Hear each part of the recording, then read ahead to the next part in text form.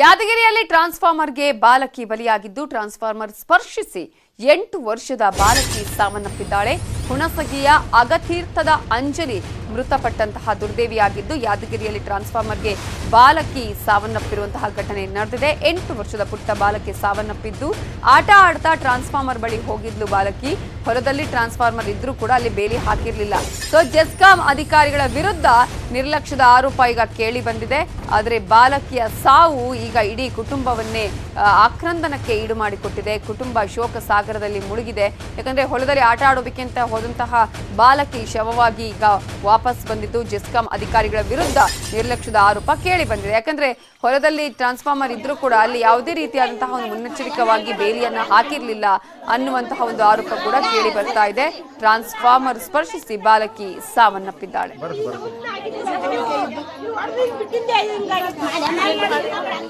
ಅಗತೀರ್ಥದ ಅಂಜಲಿ ಮೃತಪಟ್ಟಂತಹ ಬಾಲಕಿಯಾಗಿದ್ದು 8 ವರ್ಷದ ಪುಟ್ಟ ಬಾಲಕಿ ಆಟ ಆಡೋದಕ್ಕೆ ಅಂತ ಹೊಲಕ್ಕೆ ಹೋಗಿದ್ದಾಳೆ. ಆದ್ರೆ ಆ ಸಂದರ್ಭದಲ್ಲಿ ಆಕೆ ಟ್ರಾನ್ಸ್ಫಾರ್ಮರ್ ಅನ್ನ ಆಕೆ ಮುಟ್ಟಿದ್ದಾಳೆ. ಆ ಸ್ಪರ್ಶಕ್ಕೆ ಟ್ರಾನ್ಸ್ಫಾರ್ಮರ್ ವಿದ್ಯುತ್ ಪ್ರವಹಿಸಿ ಆ ಪುಟ್ಟ ಮಗು ಸಾವನ್ನಪ್ಪಿದೆ. ಟ್ರಾನ್ಸ್ಫಾರ್ಮರ್ ಸ್ಪರ್ಶಿಸಿ ಸಾವನ್ನಪ್ಪಿದ ಹಿನ್ನೆಲೆಯಲ್ಲಿ ಈಗ ಅಲ್ಲಿನ ಗ್ರಾಮಸ್ಥರು ತೀವ್ರ ಆಕ್ರೋಶವನ್ನು ಹೊರಹಾಕಿದ್ದಾರೆ.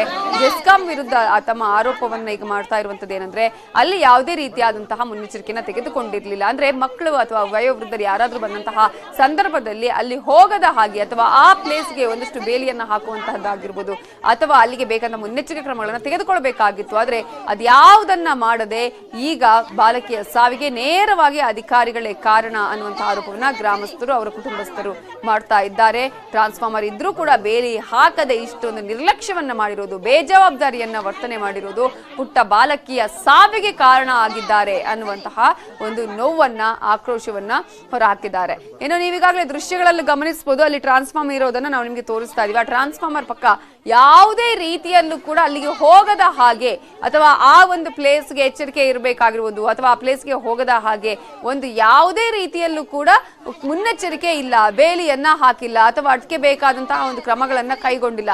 ನೀವು ನೋಡ್ಬೋದು, ಪುಟ್ಟ ಮಕ್ಕಳಿಂದ ಹಿಡಿದು ಯಾರು ಬೇಕಾದ್ರೂ ಆ ಪ್ಲೇಸ್ಗೆ ಹೋಗ್ಬೋದು. ಹಸುಗಳಾಗಿರ್ಬೋದು, ದನ ಕರುಗಳಾಗಿರ್ಬೋದು, ಅಲ್ಲೂ ಕೂಡ ಇರೋದನ್ನ ನಾವು ನೋಡ್ತಾ ಇದೀವಿ. ಸೊ ಇಷ್ಟೆಲ್ಲ ಜವಾಬ್ದಾರಿಯನ್ನ ಮೆರಿಬೇಕಾದಂತಹ ಜೆಸ್ಕಾಂ ಅಧಿಕಾರಿಗಳು ಅಲ್ಲಿ ಬೇಜವಾಬ್ದಾರಿಯನ್ನ ಮೆರೆದಿದ್ದಾರೆ, ಕ್ರಮಗಳನ್ನ ಕೈಗೊಂಡಿಲ್ಲ.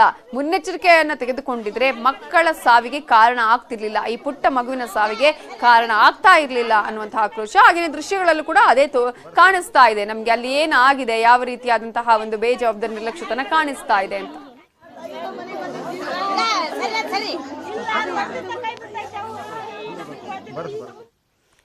ಬಿಬಿಎಂಪಿ ಅಧಿಕಾರಿಗಳ ಮತ್ತೊಂದು ಎಡವಟ್ಟು. ನಿರ್ಮಾಣ